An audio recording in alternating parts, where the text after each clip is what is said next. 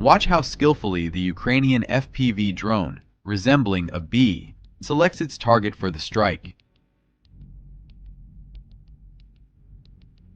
It managed to ignite the new Russian APC on the first attempt.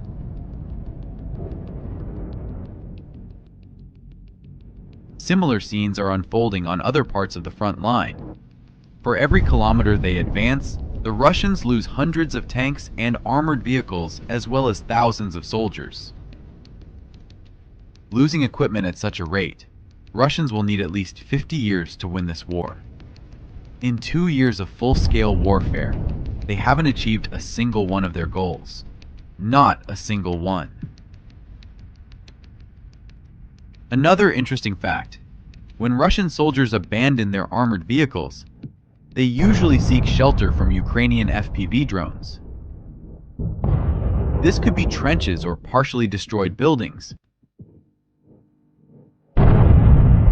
However, Ukrainian defenders have devised special ammunition with an incendiary mixture. Attacking Russians with such weapons literally sends them into hell.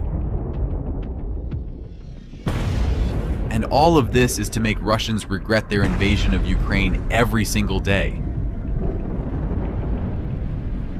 Also, what's even more important, Ukrainian forces are striking Russian territory daily. Here's another example of how a massive tank attack was repelled solely by FPV drones. In January of this year, the Russians attacked Avdiivka from different directions.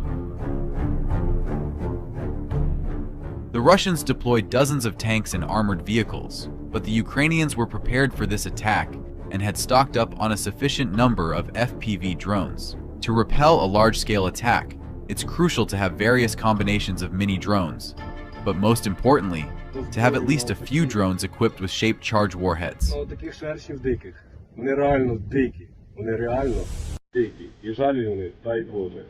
This is necessary to explode at least a few tanks and intimidate the Russians. Then they are more likely to abandon their armored vehicles and flee. The sight of a blown-up tank on the battlefield really sends shivers down the spine. So the Russians abandon their tanks and flee, unwilling to be caught in a burning tank.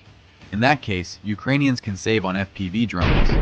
After all, abandoned tanks can be set on fire in a simpler way, by tossing a grenade into the hatch, and that is usually sufficient.